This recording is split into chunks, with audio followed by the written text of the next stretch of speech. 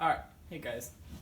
So I know that we didn't have a lot of time at our practices to run drills on formations and stuff, and since we have games coming up fairly quickly, I thought I'd make a quick video just showing different positions, how they work, and what they're supposed to do.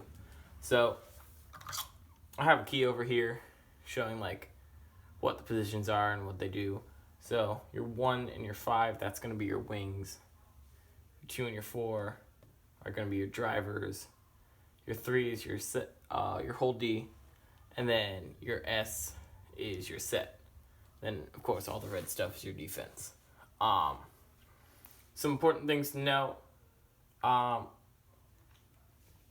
have your 2 meter line, like around here.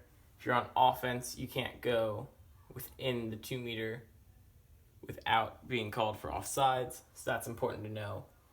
Your 5 meter, if you get a penalty inside of this area, you can't immediately shoot. You have to pass it back out.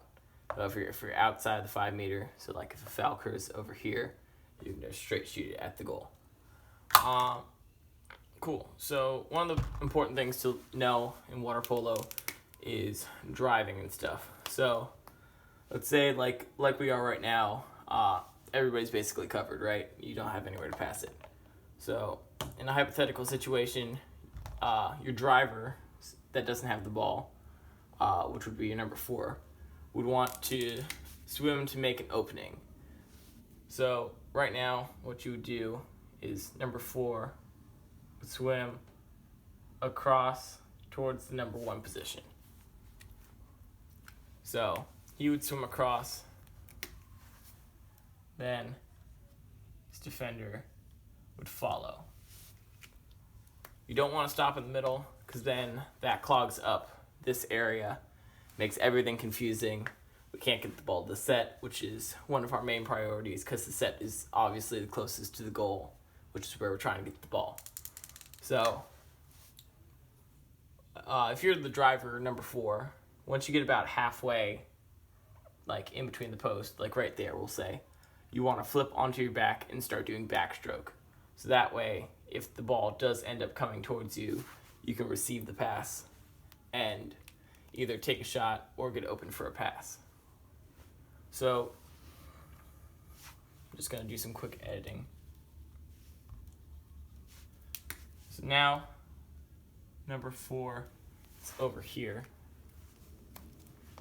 along with his defender. He's also going to be following him. So I'm just going to run over the passing situation. So if number 2 decides that he's beaten his defender, he or she, number 4, and now they're wide open for a shot, it'll be easy. You'd pass the ball into him, and he'd shoot, hopefully getting a goal. Now, if this doesn't happen, that's where things get a bit more complicated. So now you have your number 4 in the same spot as your number 1. You kind of have like an empty gap right here, right? But we don't want to have an empty gap. We want to fill the empty gap. So what's going to happen is everyone's going to rotate around, so that way the team can set back up an umbrella formation and hopefully somebody's open for us to try again. So that would be your standard drive. Now, sometimes standard drives work. We get nice and open, we get a good pass. We can either get a quick shot off or we can get people more open for passing situations to get us more opportunities with the ball. And sometimes they do not work and it ends up being a giant, crazy mess. So other times we're going to want to try different types of drives. So like we want to try different drives in different locations to kind of mix things up so that the defense can't predict what we're doing. So right now we're saying that the ball's with number 4. Everybody is, as you can see, clearly marked by the defense. And so what we do now, as you probably are guessing, is number 2 would want to drive. But we're changing it up. So this is what we call a V-cut. So your number 2 is going to start driving across the water and will be chased by number 2, the defender. Let's assume that the defender is overzealous and just takes off across the field. We could do what we call a V-cut, in which number 2 goes like halfway out, and then instead of flipping onto backstroke and continuing this way, he cuts back. So now, instead of your 2 being over here, your 2 is over here, and then is more open for a shot because he has lost the defender. So that's an important thing to do, because then number 4 could flick it across the pool over here, and there could be a nice and easy shot. And that would cause a lot of confusion for the defense, which is good for us when you're running offense. So yeah, of course you want to always try to keep it different. If the defense knows what you're going to do, it's not going to be hard for them to stop. So I'm going to run over a couple more varieties of different types of drives. Another type of drive we're going to run over. Nope, that's supposed to be a 4. We did this a bit last season. It's called the wing drive. So let's say your ball is with your point at this side. Hold D point number 3. So everybody's marked up again, as it should be. And we don't want to drive across the middle because we've done that a ton. So now what we'd want to do is we want to have number 2 run what we call, I don't know what we call it. I call it a wing drive, a screen. You can come up with your own name for it. So they would swim over here, and then their whole goal is to bring their defender with them and block up this defender so that your winger can come around, and now he would have a nice open area as your number 2 is blocking up your defense over here. So that way we can get a nice easy pass inside and then a shot. So that would be the ideal way to run screen, wing drive, whatever you want to call it.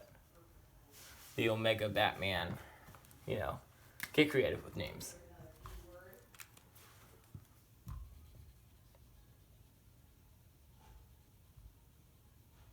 One final drive I kind of want to run over is, we talked about this a bit with the guys earlier in the week when we were going over driving. It's called the double drive. So it basically does what the name implies. We're going to say ball's up here with your hold D. This only works if your ball is not with your drivers, because both of the drivers will be driving at this point. So during a double drive, 2 goes to 5, 4 goes to 1. Defenders follow, because we're hoping our defenders are brainless and are just going to blindly follow us. And so now we have now your 2's over here, 4's over here. Our wingers are coming up to our driving positions. It causes a lot of confusion, and usually there's somebody who ends up open.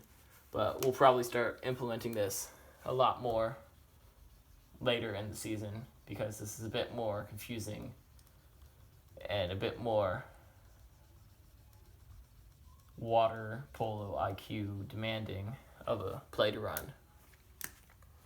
So the whole point of our formation is to get the ball to the set who's going to be chilling basically right in front of the goalkeeper. So the whole point is to get the ball to him, because then he's basically approximately 2 meters from the goal. So all he has to really do is turn around and peg it into the goal. That's what we want to happen. But however, there are fancy things called fouls. I've already mentioned that if you get a foul and you're within 5 meters of the goal, so this area, you have to pass it before shooting it. If you're outside, if you're over here, you can just shoot it.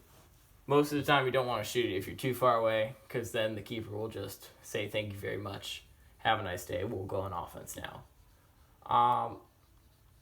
Some other important things to know. You're going to want to know transition fouls.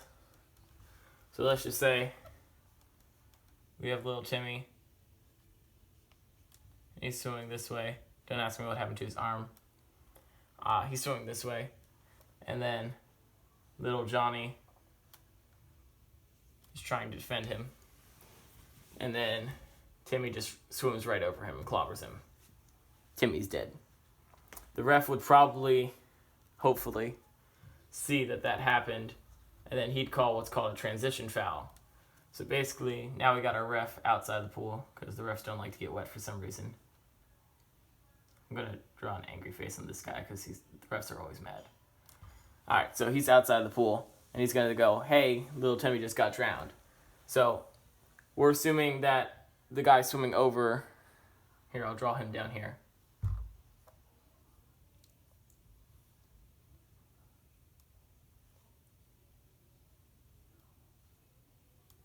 So we're assuming that this man's on offense. This tiny, poor, unfortunate soul's on defense. So the ref would watch this happen, say little Timmy just drowned, and then he'd blow his whistle twice. So it kind of sound like tweet, tweet. And then he'd point. This is his hand pointing. I'm not an artist. He'd point in the opposite direction. Then offense and defense would change. So basically what happens then is if you're on offense, you want to drop the ball and start swimming in the other direction because you're no longer on offense. If you're on defense, you want to get the ball and begin swimming in the other direction and set up umbrella formation because now you're on offense. Now you can, this is where hip turns come into play a lot. Another thing that's important is ejections. Let's say in our same example here, again, I broke his arm severely. We have little Duder swimming over Tiny Man. This Tiny Man gets swum over, and the ref, but while he's down here, he kicks him in the leg. So now he's in pain. So he shouts. So this is just an example of an ejection. There are many things that you can get ejected for in water polo. Water polo is a very tedious sport, and you can get ejected for a lot of things. But let's just say that he shouts something inappropriate like shizzle sticks.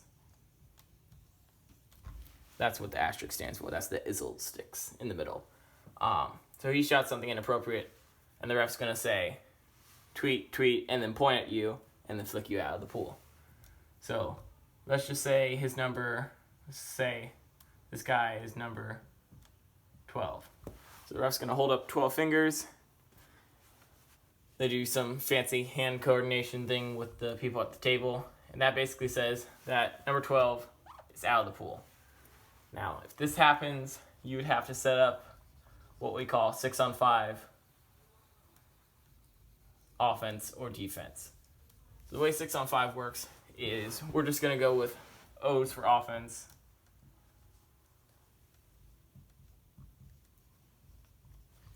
and red X's for defense. So we're assuming that the team on defense just got a foul and they have one of their guys ejected. The person who's ejected has to swim over to the bench and just chill there until the end of the play.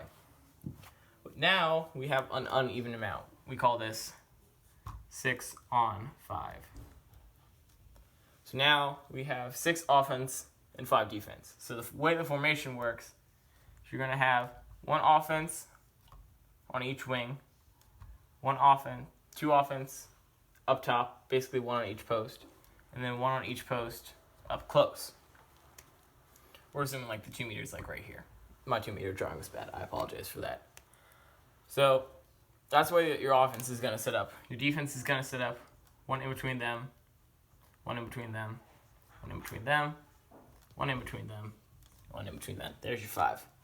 So 6 offense, 5 defense. So the way that the game's going to work is on offense, you have more people. So what you want to do is you have 30 seconds on the shot clock. So what you want to do is you want to pass the ball around so much that defense gets so confused that one guy gets left open, and then you can score. That's basically the whole point of the game. But we're focusing on 6-on-5 right now. So let's say the ball is here. This defender is going to press up. This defender is going to drop back because we have an uneven amount. Then he'll take over here. He'll take over here. He'll take over here. So we're chilling like this, right? And then the ball goes here. So now defense switches.